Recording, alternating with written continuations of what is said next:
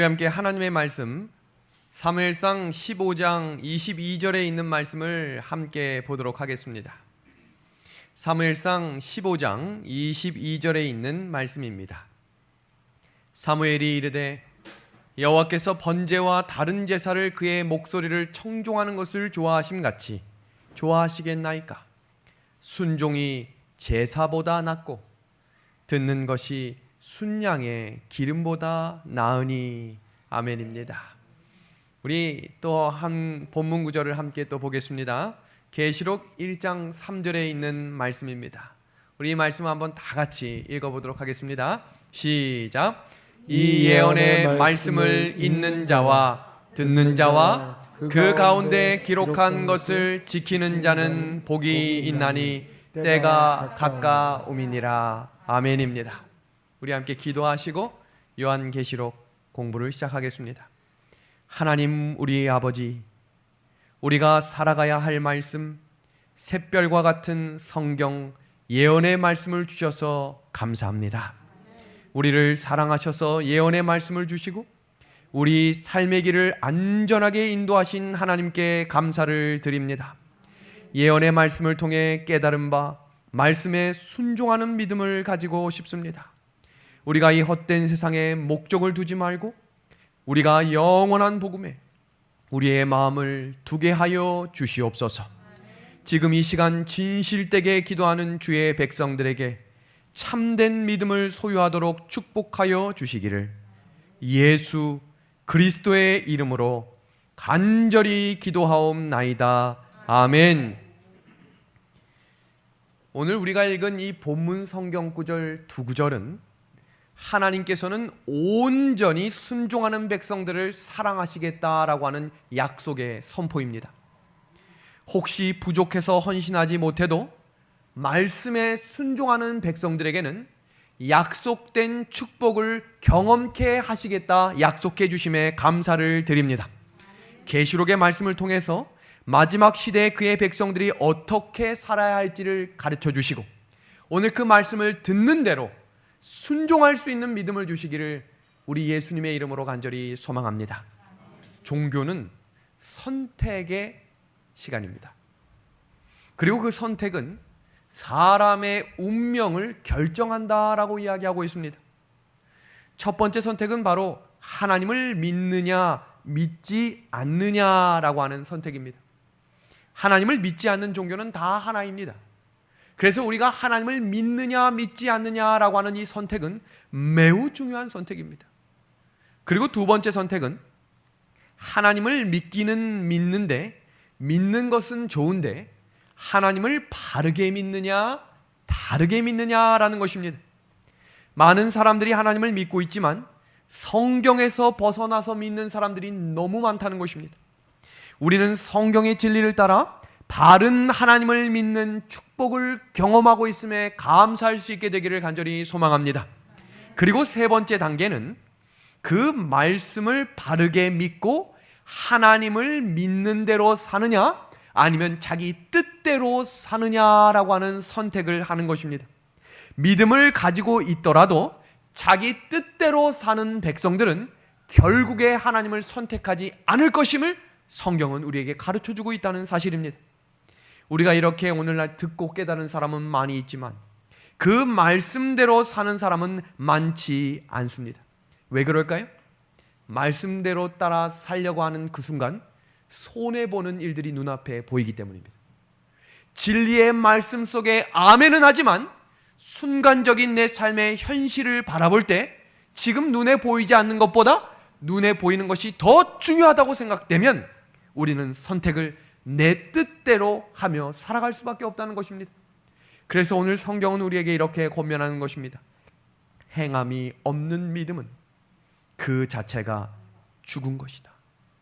그래서 우리가 진리의 말씀을 따라 사는 사람, 그것을 성경은 남은 무리라고 이야기하며 말씀의 사람들이라고 이야기하고 있는데 오늘 성경 본문 속에 나타나고 있는 이 진리의 말씀을 내가 바르게 살아가고 있는가라는 것을 점검해 보시려면 나의 삶 가운데 용서가 있는지 나의 삶 가운데 진실된 사랑이 있는지를 점검해 보셔야 하는 것입니다. 우리 요한복음 17장 17절의 말씀을 함께 읽어주시기를 부탁드립니다. 저희를 시작. 저희를 진리로 거룩하게 하옵소서. 아버지의 말씀은 진리니이다. 진리와 거룩과 말씀은 같은 것을 의미하는 것입니다. 베드로전서 1장 22절의 말씀은 진리를 따라 사는 순종하는 사람의 삶에 나타나는 열매를 이렇게 이야기하고 있습니다. 너희가 진리를 순종함으로 너희 영혼을 깨끗하게 하여 거짓이 없이 형제를 뭐하라고 되어 있나요? 사랑하기에 이르렀나니. 마음으로 뜨겁게 피차 뭐하라고 되어 있어요? 사랑하라 라고 되어 있습니다. 사람이 어떻게 진리에 순종하는지를 점검해 보시려면 다음과 같은 세 가지를 점검해 보시면 되겠습니다. 첫 번째, 말씀에 순종하는가를 점검하시는 것입니다. 그리고 두 번째는 내 영혼이 정결하게 됐는지를 점검해 보시는 것입니다. 이 두 가지를 점검해 볼 수 있는 세 번째가 중요한 것인데 그것이 바로 이것입니다. 같이 한번 읽어주시겠습니까? 시작. 형제를 사랑하는 거예요. 진리의 말씀을 순종할 때 우리의 영혼이 정결하게 됨을 경험케 하시겠다 그랬어요. 그리고 그것에 대한 결과로 형제를 사랑한다는 것입니다. 그럼 내가 교회에서 여전히 미워하고 교회에서 여전히 내 마음 가운데 미움과 해결되지 않는 여러 가지 마음이 있다는 것은 가장 첫 번째로 돌아가서 아직 뭐하고 있지 못하다는 거예요? 말씀에 순종하지 못하고 있다는 것을 깨닫게 하시기 위함입니다. 오늘 우리는 이것도 스스로 할 수 없음을 고백합니다. 그래서 우리의 삶의 모든 문제들을 하나님께 맡길 수 있는 믿음을 달라고 기도하시며 오늘 성령께서 각자의 심령에 꼭 필요한 말씀으로 채워주시기를 우리 예수님의 이름으로 소망합니다. 오늘 우리가 드디어 요한계시록 1장 1절을 시작할 것입니다. 5주 걸렸어요. 우와, 너무 긴 시간이다 라고 생각할 수 있지만 그 반복된 내용들을 통해 계시록을 피셔야 1장 1절부터 시작되는 이 내용들이 하나같이 하나님이 나에게 들려주시는 음성으로 듣게 될 것입니다. 성경의 주인공이 3명이 있다고 그랬죠? 우리 한번 복습해 볼까요? 첫 번째 누구였습니까? 여자였습니다. 여자는 누굴 뜻했습니까? 구약의 이스라엘이었고 신약의 교회를 의미합니다. 그 의미를 잠시 후에 다시 한번 설명드립니다. 두 번째 아이가 나오는데 그 아이는 누구였습니까? 예수 그리스도였습니다. 그리고 마지막 주인공은 굳이 기억하지 않아도 되지만 이 존재의 전략과 방법을 알아야 지피지기면 백전백승이라고 했던 적을 알아야 우리가 싸울 수 있다고 했죠.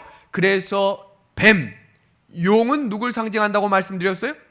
사단, 사탄, 마귀, 온 천하를 꿰는 자다라고 설명을 드렸습니다.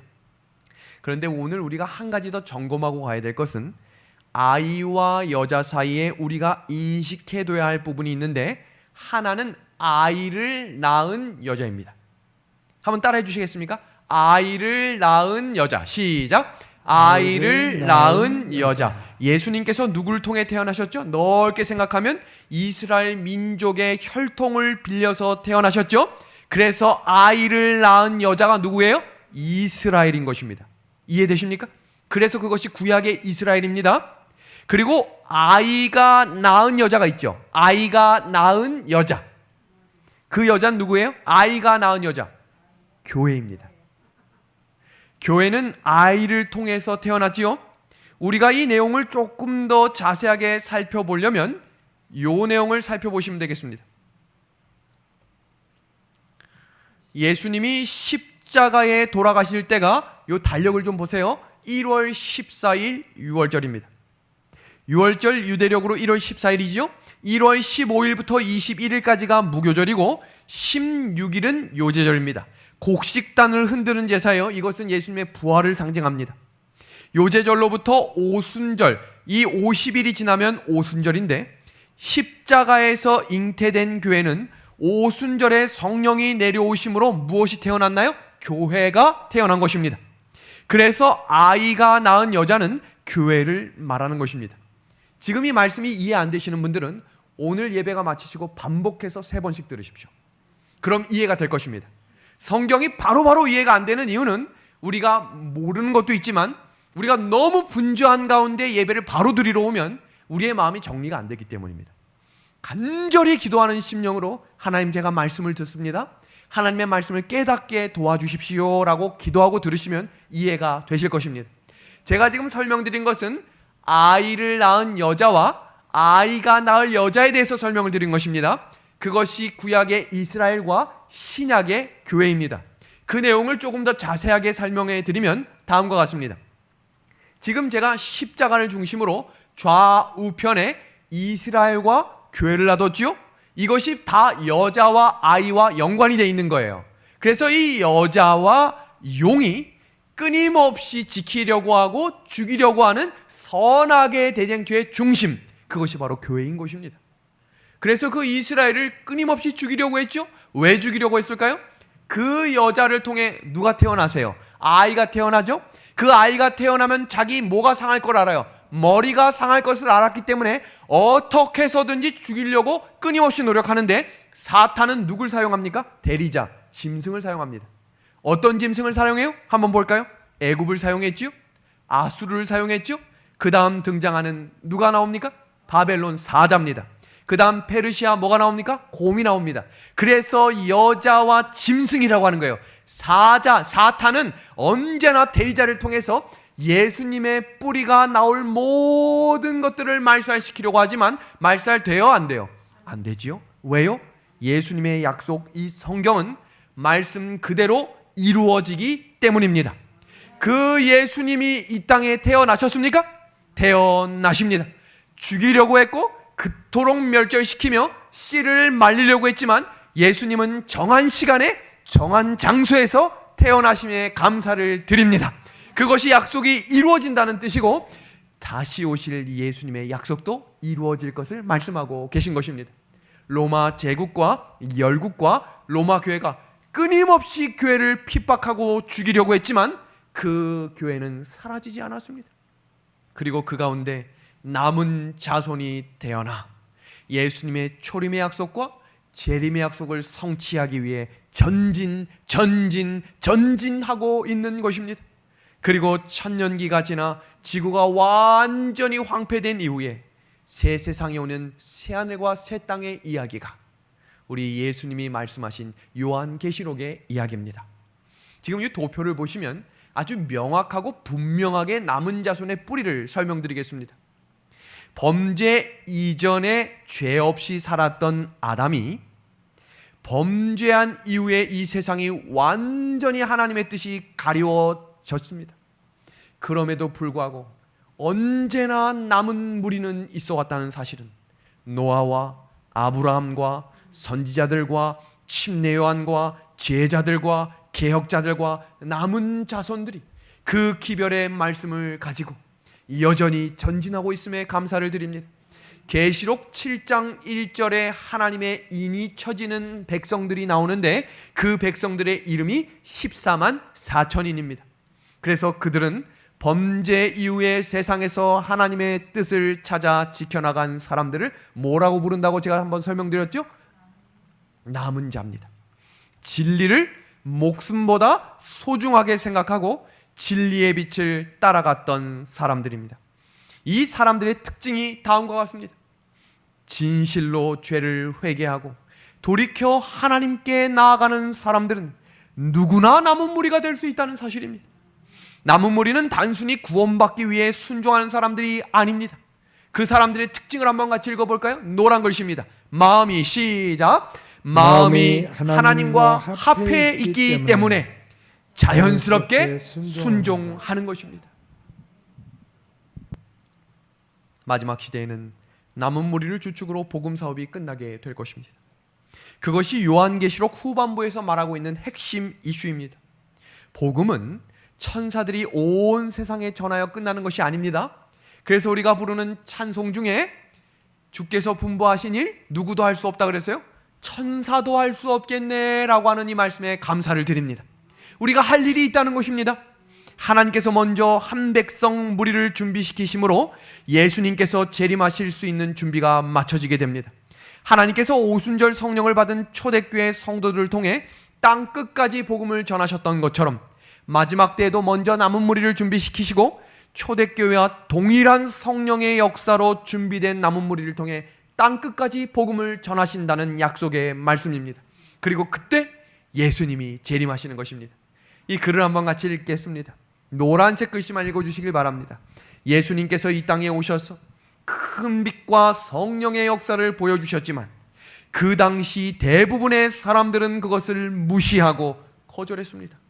시작. 하나님께서 지금도 큰 빛을 주셨지만 세상을 사랑함으로 눈이 가려진 까닭에 남은 무리가 무엇인지 어떤 경험인지 전혀 이해하지 못하는 이 세상에 살고 있는 것입니다. 오늘 제가 한 집사님과 아주 긴 시간 통화를 했어요. 그 집사님이 마음이 답답함을 호소하며 한 장로님이 교회에 그만 나가고 우리 유튜브로 예배를 드려도 좋지 않겠느냐라고 이야기하셨다고 이야기를 들었어요. 그래서 통화 말미에 뭐라고 말씀드렸냐면, 집사님, 안 그래도 이제 곧 원해도 교회 문이 닫힐 때가 올 것입니다. 그 전까지 교회를 지키셔야 빛을 낼 수 있는 참된 소금이 되지 않겠습니까? 아멘 하셨어요. 그것입니다. 보고 싶지 않은 사람이 있어도 교회는 하나님이 열매를 맺게 하는 곡식의 장소라는 사실을 기억하셔야 합니다. 하나님이 끝까지 붙들어 주시는 그 교회, 그 교회는 가도 되고 안 가도 되는 자리가 아니라 반드시 참여하여 예배가 살아있고 그 예배를 통해 성령의 역사하심을 경험하는 자리가 되어야 늦은 비 성령의 일을 할 수 있는 하나님의 사람들이 될 것입니다. 교회로 돌아오십시오. 교회 안에 살아있는 말씀이 깨어날 수 있도록 같이 기도하십시오. 성경의 역사 속에는 개인적으로 성령을 받은 사람보다 그룹으로 함께 주님을 부르며 하나님께 외치며 찬양하는 그 자리에 성령이 함께 하셨다는 사실을 기억하셔야 합니다. 그래서 오늘 이 시간 예배에 참석하신 여러분들은 복을 경험할 사람들입니다. 그리고 비록 사정이 있어 오늘 교회에 못 오셨지만 지금 방송으로 예배드리고 있는 여러분들도 반드시 교회에 참석할 수 있는 발걸음이 회복하셔서 하나님의 음성을 함께 나누고 간증할 수 있는 믿음의 성도들이 되기를 간절히 소망합니다. 우리가 함께 공부했던 이 내용들이 성경 전체를 망라하는 가장 중요한 세 명의 주인공이라는 사실입니다. 그럼 지금 이 동그라미 속에 안에 있는 이스라엘과 교회에 대한 이해를 하셨다고 가정하고 이어지는 이야기를 들어가겠습니다. 다시 한번 강조하지만 이 내용이 잘 이해가 안 된다 싶으신 분들은 다시 처음으로 클릭하셔서 지금부터 16분이라고 하는 시간을 반복해서 들으시면 성령께서 반드시 이해시켜 주실 것입니다. 성경 전체의 구조를 요 세 명의 주인공을 가지고 한번 설명드리겠습니다. 오늘 구도자 우리 아주 중요한 성도님도 함께 오셨기 때문에 성경을 처음부터 끝까지 전체적인 맥락을 이해하는 것은 매우 중요합니다. 한번 살펴보겠습니다. 혹시 카이아즘이라는 단어 기억하시나요?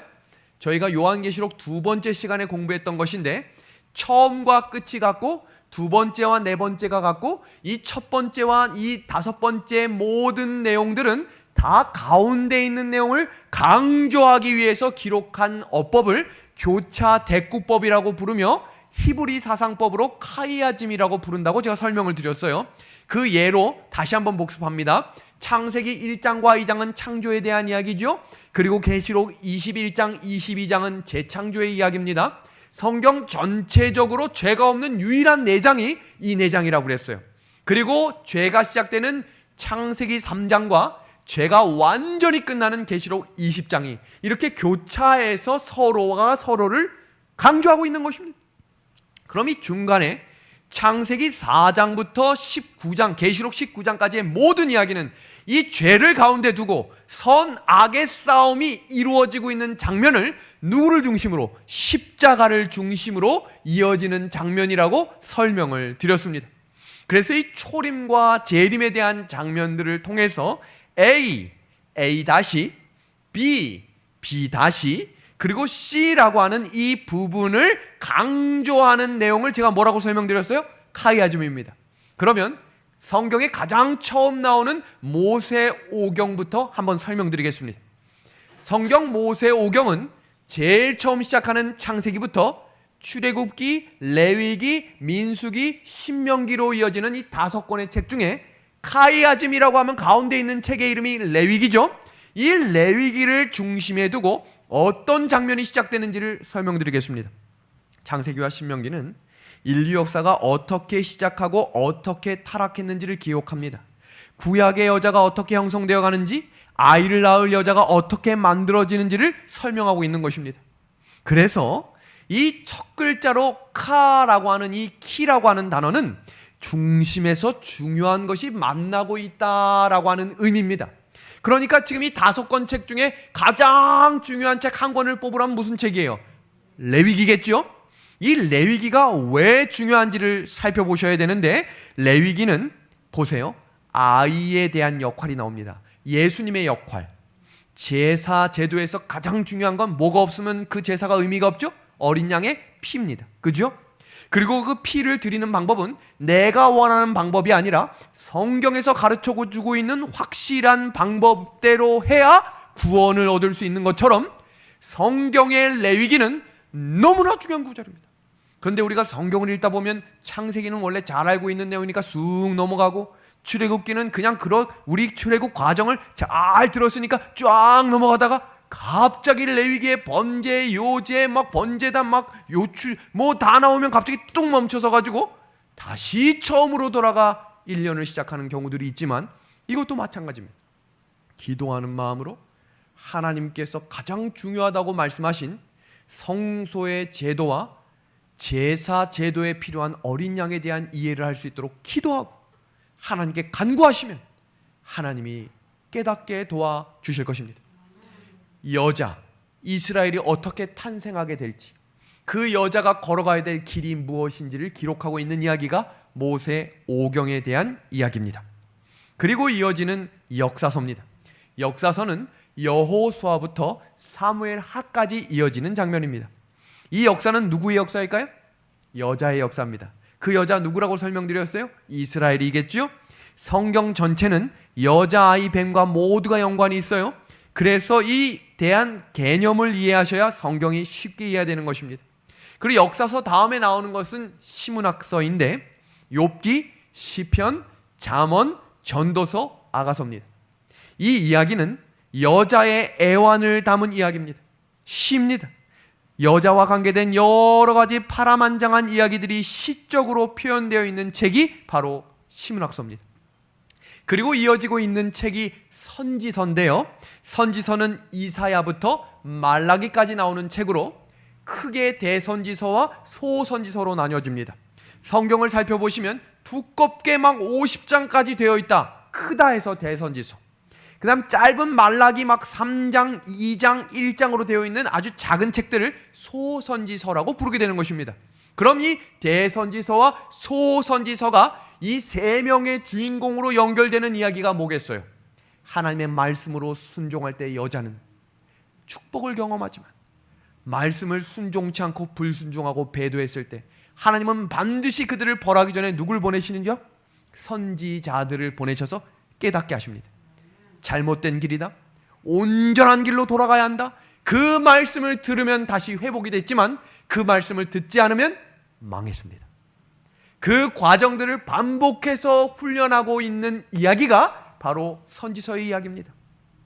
그래서 선지서의 대선지서와 소선지서를 이렇게 구분을 지어놓으면 이 내용들이 문득문득 우리에 드는 생각은 우리의 삶 가운데도 하나님이 똑같이 말씀하고 계시다는 사실입니다. 그리고 드디어 신약 성경의 사복음서 마태, 마가, 누가, 요한복음이 시작됩니다. 그 이야기는 지난 시간 말미에 우리가 설명드렸던 예수님의 족보와 이제 드디어 누구의 이야기가 시작되는 거예요? 아이, 예수님에 대한 이야기가 시작되는 것입니다. 이어지는 사도행전의 이야기는 여자와 아이와 관련했을 때 무슨 책일까요? 예수님이 돌아가셨다가 부활하시고 승천하신 이후에 이 땅의 오순절의 역사로 탄생한 게 뭐였습니까? 바로 교회였습니다. 교회 이야기입니다. 교회가 잉태되고 교회가 부흥하며 교회가 타락하고 교회가 발전하는 이야기를 기록해 놓은 이야기가 사도행전의 이야기입니다. 그리고 이어지는 이야기는 바로 로마서입니다. 이 뱀과 여자와 아이의 관계에서 어떤 의미를 갖는가? 우리가 이 세상에서 태어나면 뱀의 후손인가요? 이 땅에 태어나면 예수님의 후손인가요?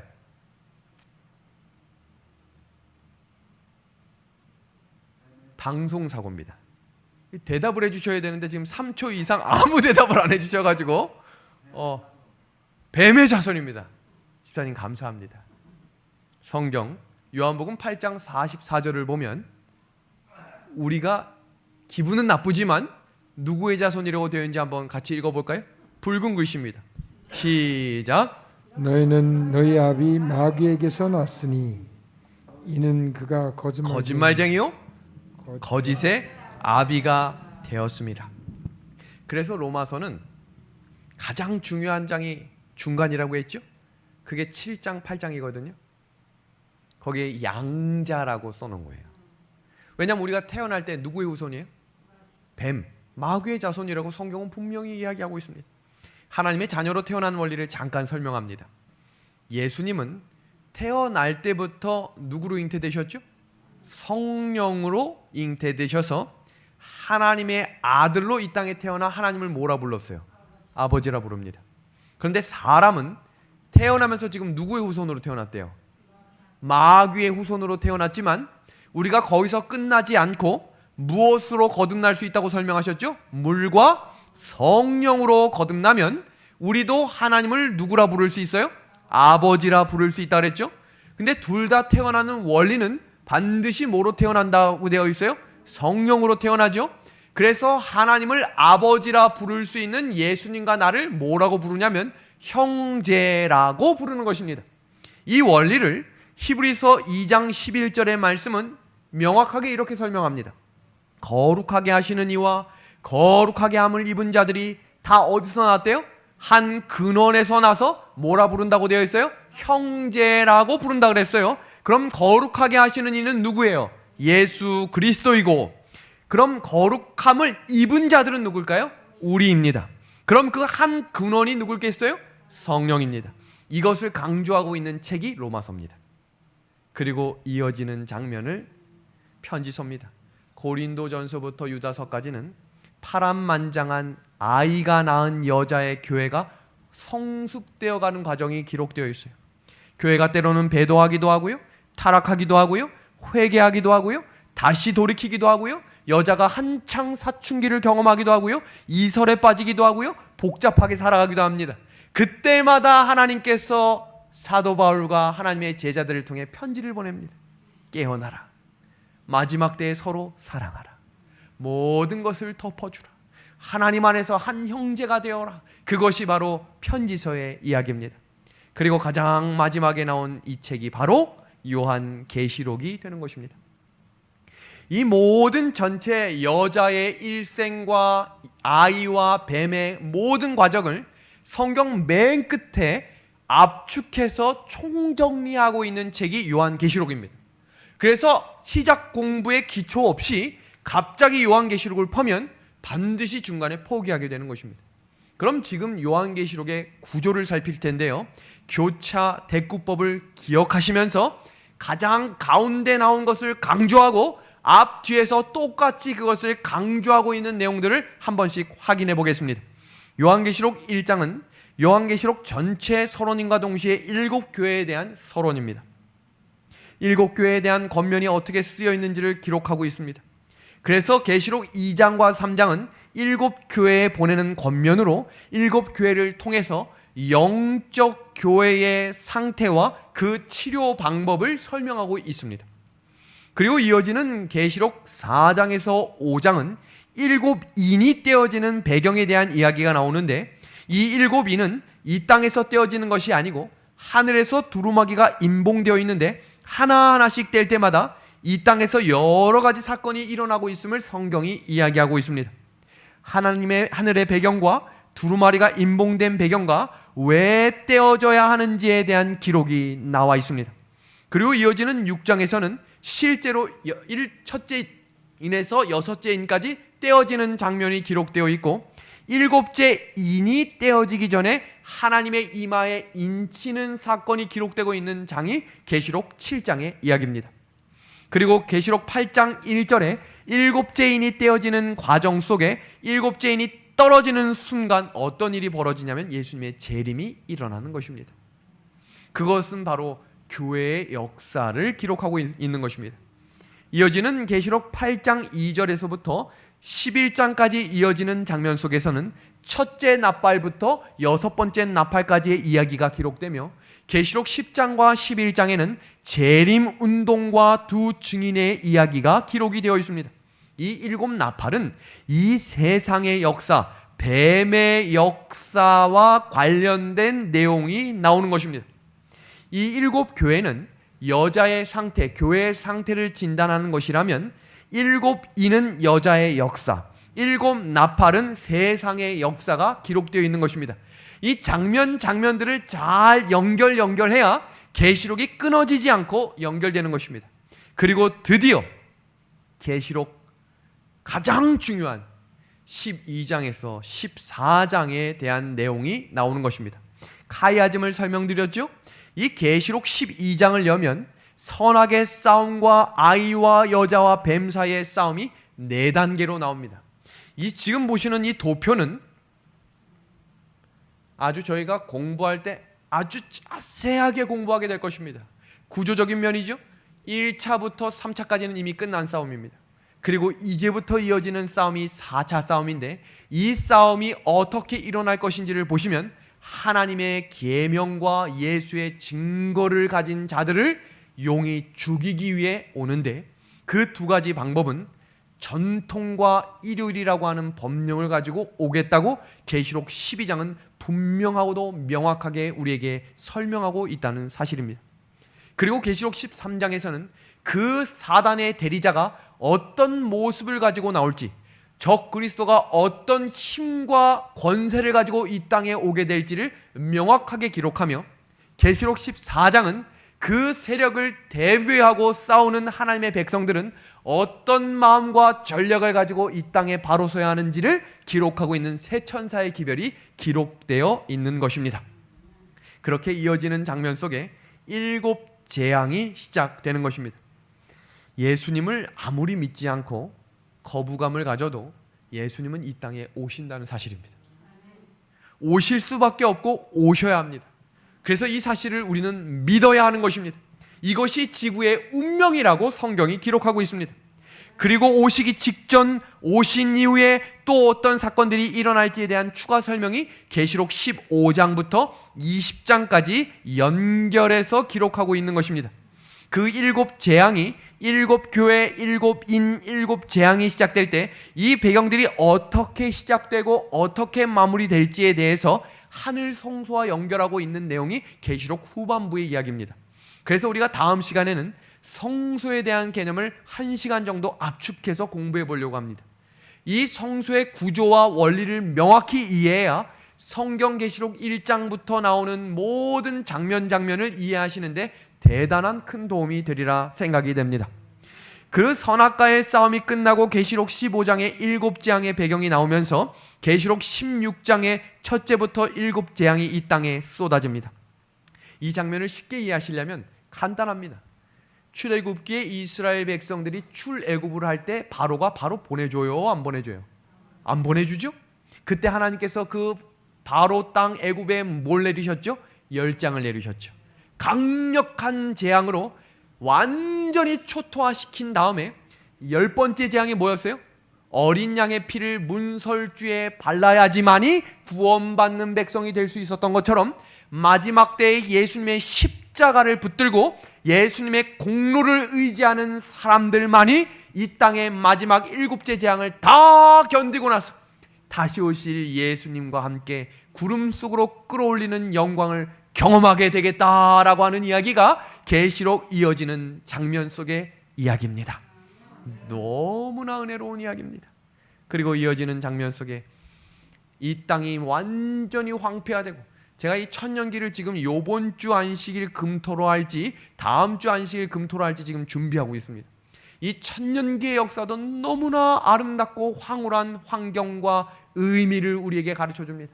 구원받은 하나님의 백성들이 천년 동안 하늘에 가서 할 일들과 이 땅의 사탄의 무리들과 사탄이 하게 될 일들을 명확하게 구분지으며 새 예루살렘과 새 땅이 천년기가 끝나고 이 땅으로 내려오는 장면이 계시록 21장부터 22장에 연결되어 등장합니다.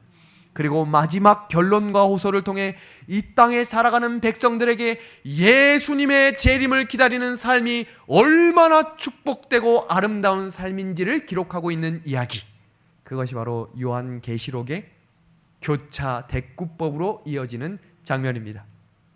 우리 계시록 1장 1절을 한번 같이 읽어주시겠습니까? 요한 예수 그리스도의 시작. 예수 그리스도의 계시라. 이는 하나님이 그에게 주사 반드시 속히 일어날 일들을 그 종들에게 보이시려고 그 천사를 그 종 요한에게 보내어 알게 하신 것이라. 계시록이라고 하는 뜻은 펼쳐져 있다, 열려 있다, 계시되어 있다라는 뜻입니다. 이 말은 이해할 수 있다라는 의미입니다. 그 시작하는 첫 구절이 뭐라고 되어 있어요? 예수 그리스도의 계시다라고 이야기하고 있습니다. 이 요한계시록의 기록은 요한이 했지만 그 저자는 누구라고 선포하고 있는 거예요? 예수님입니다. 예수 그리스도의 계시라. 그 말은 예수님이 알려주신 말씀이다라고 이야기하고 있는 것입니다. 사도 요한이 계시를 받는 과정 속에 여러 차례 하나님의 음성을 듣는 장면이 나오는데 지금 여기에 동그라미들이 나올 거예요. 절차가 있어요. 하나님이 갑자기 요한에게 말씀하시지 않고 하나님이 요한계시록을 기록할 수 있는 방법으로 순차적으로 말씀하고 있습니다. 이것은 대단히 중요한 의미가 있기 때문에 눈을 크게 뜨시고 하나씩 살펴보겠습니다. 하나님께서 노란색 글씨에 나온 것들을 제가 크게 확대한 겁니다. 그에게 주사, 그는 누굽니까? 예수님에게 주사 반드시 속히 될 일을 누구에게 주었대요? 천사에게 주셔서 그 종 누구에게 주셨대요? 요한에게 주신 이후에 그것을 누구에게 알게 하신 거예요? 백성들에게 알게 하신 것입니다. 그러면 지금 이 성경 본문 속의 계시록에 뭐라고 나오냐면 성령에 크게 감동되어 소리를 들었다라고 이야기하고 있기 때문에 성경의 기록은 성령의 역사하심이 없으면 될 수가 없어요. 그렇기 때문에 요한이 성령의 감동됨으로 백성들에게 전한 것입니다. 그런데 여기서 깜짝 놀랄 만한 사실은 요한계시록 1장 1절에 하늘에 살고 있는 모든 존재들이 다 나온 겁니다. 놀랍지 않으세요? 성경 어느 구절에도 이렇게 모두가 등장하는 구절은 없어요. 하나님이 예수님에게 천사들을 통해 요한이 성령의 감동됨으로 하나님의 백성들에게 전한 책, 그게 무슨 책이에요? 요한계시록입니다. 왜 이 계시를 주셨을까? 무엇을 보이시려고, 무엇을 주시려고 이걸 주신 거예요? 노란색 글씨 보면 정답이 나와 있죠? 왜 이렇게 주셨대요? 반드시, 속히, 뭐라고 되어 있어요? 일어날 일들이라고 되어 있습니다. 오늘 우리의 현 시점에서 보면 요한 시대 이후에 성취된 예언들이 있고 우리 시대부터 재림 때까지 성취될 예언들이 있죠? 그렇다면 하나님께서는 왜 우리에게 예언의 말씀을 주신 것일까? 성경은 우리에게 이렇게 말하고 있습니다. 하나님께서 왜 예언이란 방법을 통해 가르치시고 알려주시고 지구를 통치하실까? 요한복음 14장 29절의 말씀입니다. 이제 일이 일어나기 전에 너희에게 말한 것은 일이 일어날 때에 뭐라고 되어 있어요? 너희로 뭐 할 수 있도록 믿게 하려 함입니다. 하나님을 알지 못하는 사람들이 성경을 믿는 게 쉬울까요? 어려울까요? 우린 알고 있기 때문에 쉬운 거예요. 전혀 모르는 사람들은 말도 안 되는 일들이 일어납니다. 창조, 말이 됩니까? 노아 홍수, 말이 됩니까? 소돔과 고모라가 망했는데 한 사람만 살아서 나온 게 말이 됩니까? 사자굴에 들어갔다가 나온 게 말이 됩니까? 그러나 하나님은 그런 일들을 미리 성경에 말씀하셔서 그 말씀이 이루어질 때, 말씀이 이루어졌구나. 그러니까 앞으로 일어날 이 성경 말씀도 뭐 할 것을, 일어날 것을 믿게 하시기 위해 주셨다는 것입니다. 이어지는 구절입니다. 요한복음 16장 4절의 말씀입니다. 오직 너희에게 이 말을 한 것은 너희로 그때를 당하면 내가 너희에게 말한 이것을 뭐하게 하겠다고요? 기억나게 하시겠다라고 이야기하셨습니다. 너무 중요한 말씀입니다. 어떤 한 할머니께서 저에게 목사님, 저는 말씀을 들을 때마다 잊어버립니다. 제가 그래서 아멘 그랬어요. 근데 또 다른 할머니가 뭐라고 이야기하셨냐면 당신은 그래도 나보다 나은 거야. 나는 목사님이 아멘 하는 순간 잊어버려.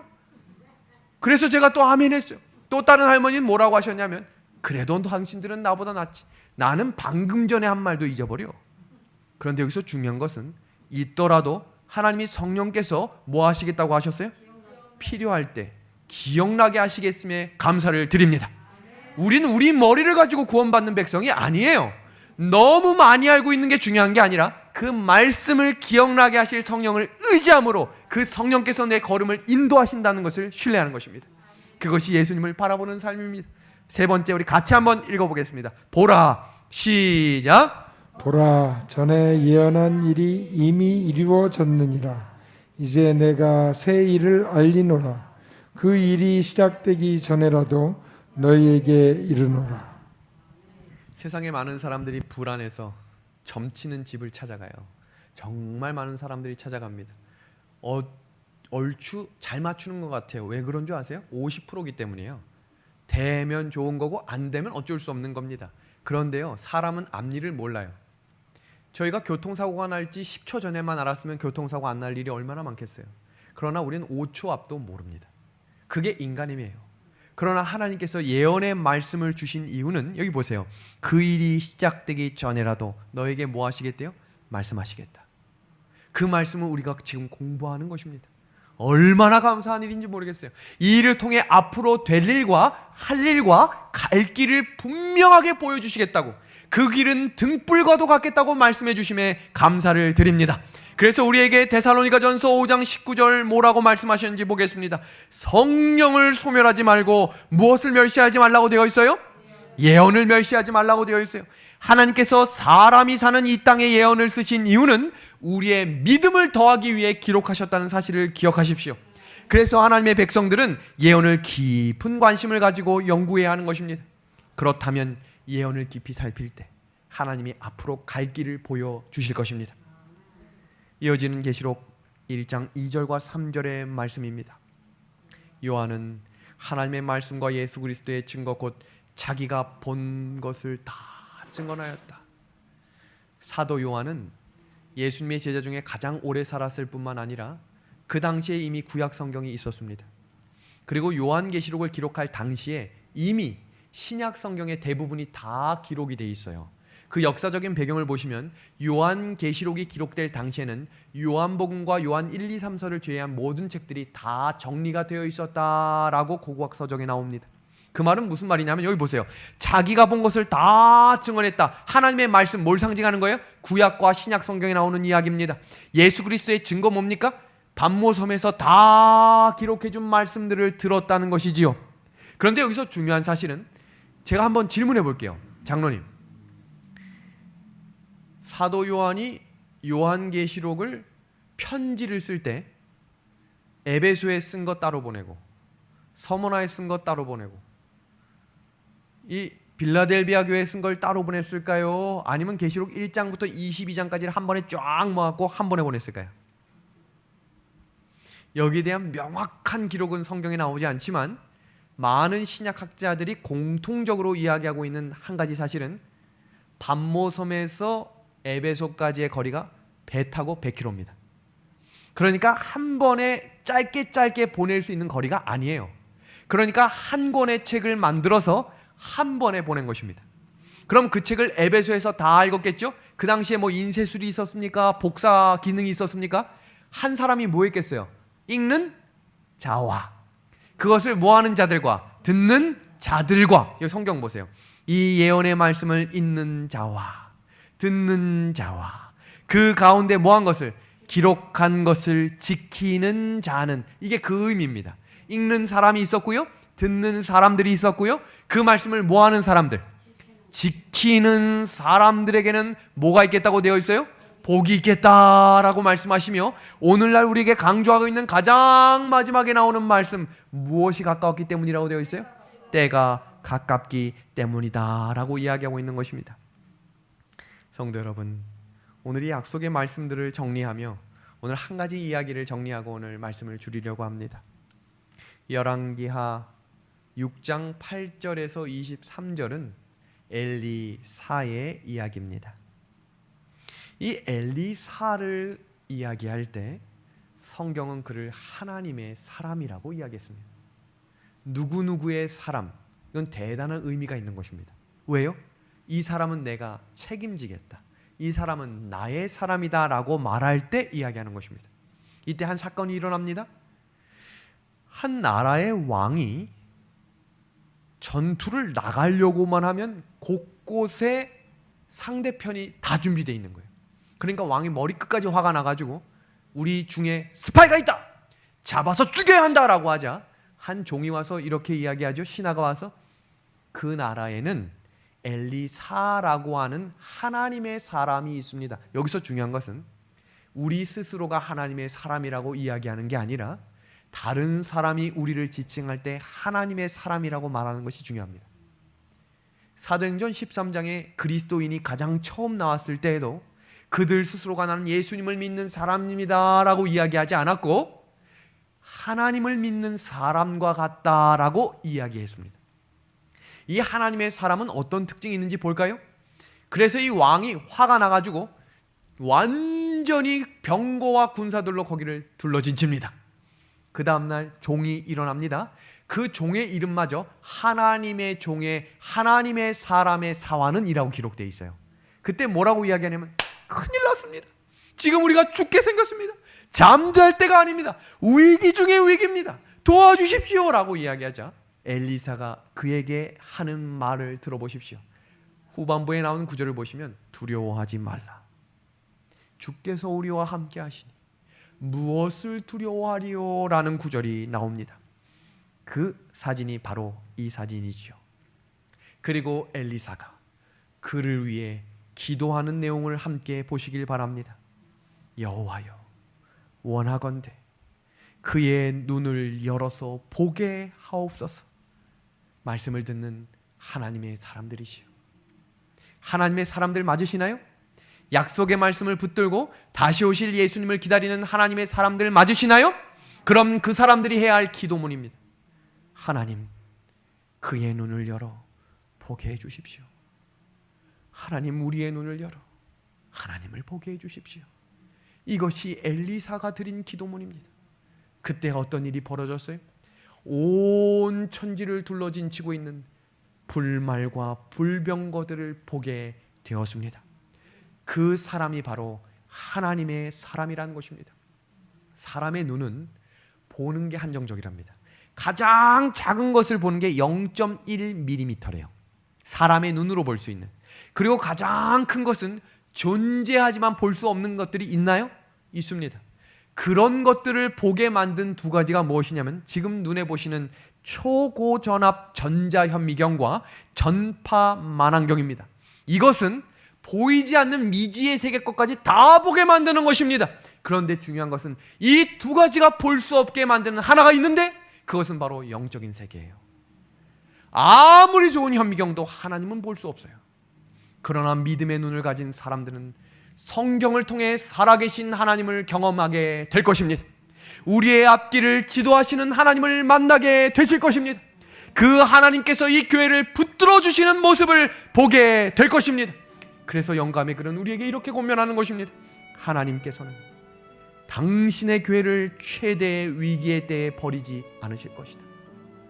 인간의 위기의 때는 하나님의 기회의 때이다.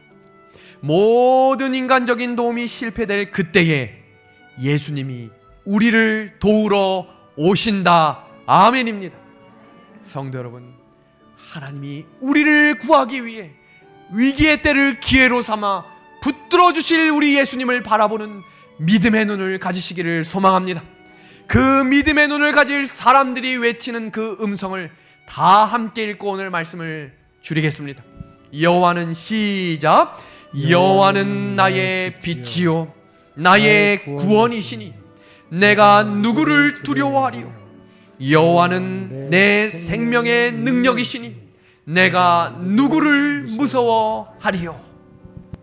성도 여러분, 하나님이 우리와 함께 하시며 갈 길을 보여주시는 분이심에 감사를 드립니다.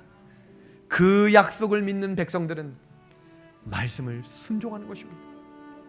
현실 속에 손해볼지라도, 내 생명이 위태로운 상황에 놓일지라도 충성하는 믿음으로 걸어가는 사람들, 성경은 그들을 하나님의 사람이라 부릅니다.